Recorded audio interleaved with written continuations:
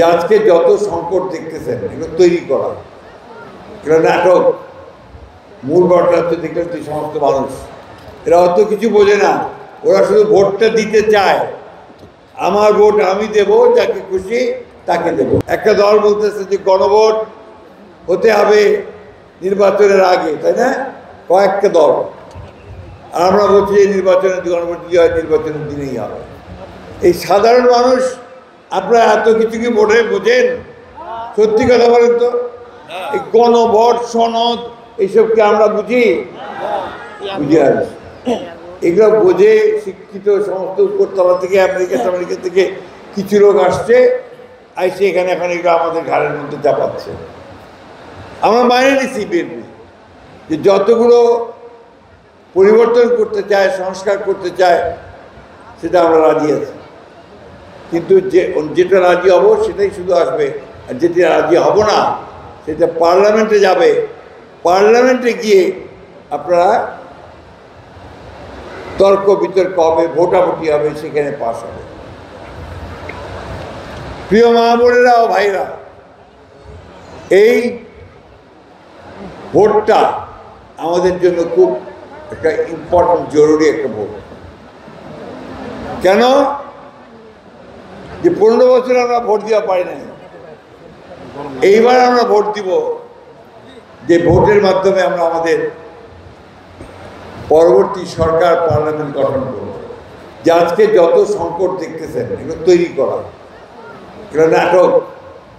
মূল ঘটনা হচ্ছে দেখলেন তুই সমস্ত মানুষ এরা অত কিছু বোঝে না, ওরা শুধু ভোটটা দিতে চায়। আমার ভোট আমি দেব, যাকে খুশি তাকে দেব, তাই না? সেই দিয়ে আমি আমার এমপি নির্বাচন করব। এমপিকে দিয়ে আমি আমার এলাকার রাস্তাঘাট, ব্রিজ, কালভার্ট, স্কুল এগুলোর উন্নয়ন করব, তাই না? মসজিদ, মন্দির এগুলো সংস্কার করব, তাই তো? ওই অবস্থাটা আমি ফিরাই যাচ্ছি। শহীদ প্রেসিডেন্ট জিয়াউর রহমানের দল বিএনপি, বেগম খালেদা জিয়ার দল বিএনপি 1971 সালে যখন এই দেশের মানুষ দিশাহারা হয়ে গেছিল, শেখ মুজিব বন্দী হয়ে চলে গেছিল পাকিস্তানে, আর আমেরিকা নেতারা পাড়া চলে গেছিল আবার ইন্ডিয়াতে, তখন এই শহীদ জিয়াউর রহমান স্বাধীনতার ঘোষণা দিয়ে সবাইকে যুদ্ধ করে দেশ স্বাধীন করেছিল। 2024 সালের 5ই আগস্ট, জুলাইতে গণহত্যা হয়েছে, তাই না? ছাত্রদেরকে গুলি করে বসছে। আমার ঠাকুরগা তো 9 জন, ঠিক না? 9 জন গুলিবিদ্ধ হয়েছে ঠাকুরগা, মারা গেছে,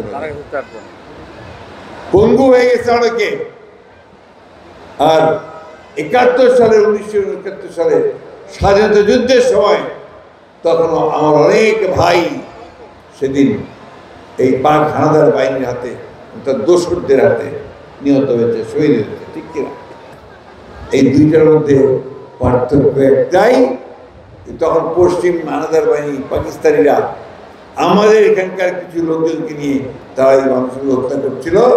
আর এইবার শেখ হাসিনা তার প্রশাসনকে দিয়ে আমাদের ছেলেগুলোকে করছে। জনগণের সরকার থাকতো তার এই সমস্যাটা হতো না।